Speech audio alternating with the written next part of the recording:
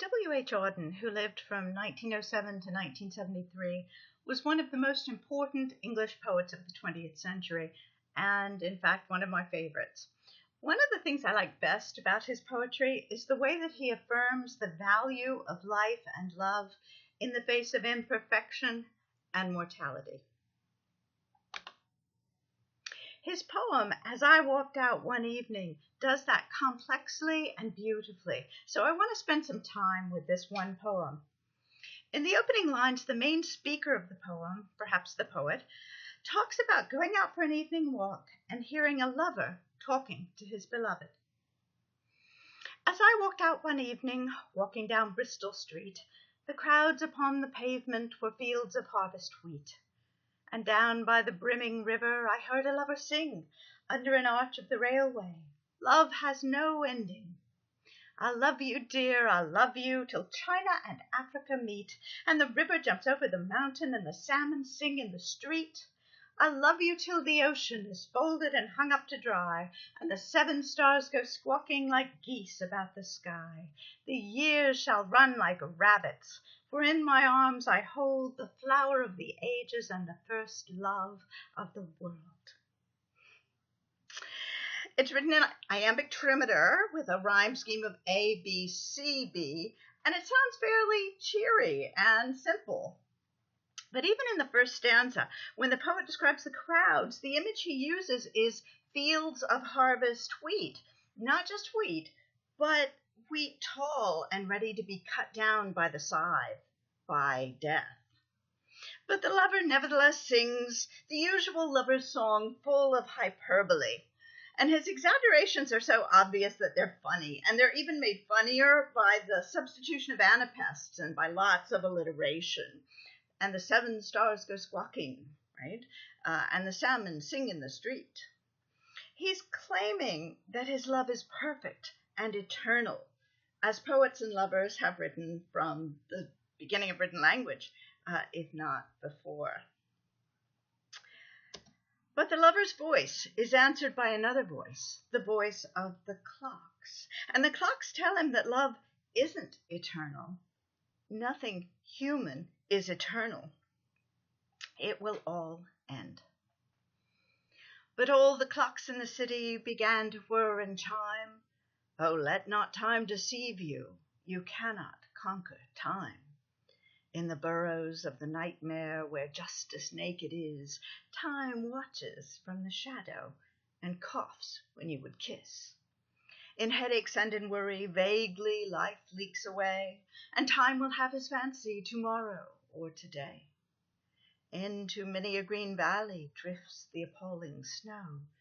Time breaks the threaded dances and the diver's brilliant bow. I love the image of time interrupting your kiss with a cough.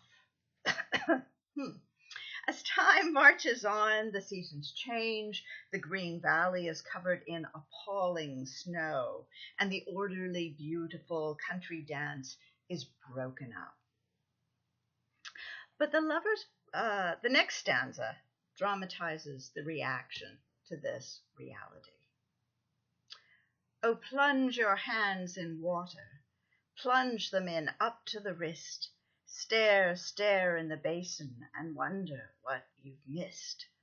The glacier knocks in the cupboard, the desert sighs in the bed, and the crack in the teacup opens a lane to the land of the dead, where the beggars raffle the banknotes and the giant is enchanting to Jack, and the lily-white boy is Aurora, and Jill goes down on her back. 2 surrealistic stanzas give us a sense of the reality behind our ordinary lives and our happy stories. The first imagines bleak and forbidding landscapes, right? The glacier or the desert, just lying in wait beyond household objects like a cupboard or a bed or a cracked teacup. The second takes characters from nursery rhymes and fairy tales and claims that they're not as noble and innocent as we have painted them. The beggars are hypocrites with plenty of money, taking advantage of people's generosity. In Jack and the Beanstalk, Jack is actually attracted to the giant. The lily-white boy from green grow the rushes, oh, is a roarer, that is, a party animal, drunk and lusty. Some people think there's a connotation here also of homosexuality.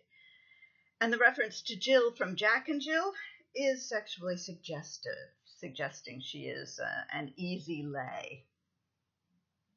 But mortality and these stark realities don't mean that life is unhappy or meaningless. Oh, look, look in the mirror. Oh, look in your distress. Life remains a blessing, although you cannot bless. Oh, stand, stand at the window as the tears scald and start. You shall love your crooked neighbor with your crooked heart. My favorite lines are those last two. You shall love your crooked neighbor with your crooked heart. Your neighbor is a flawed human being. You are a flawed human being. Your love itself is flawed, but the love is still real and it's still meaningful. The image that Auden leaves us with when all the other voices are silent is the river, perhaps a symbol for time itself, flowing onward in the dark night. It was late, late in the evening. The lovers, they were gone. The clocks had ceased their chiming, and the deep river ran on.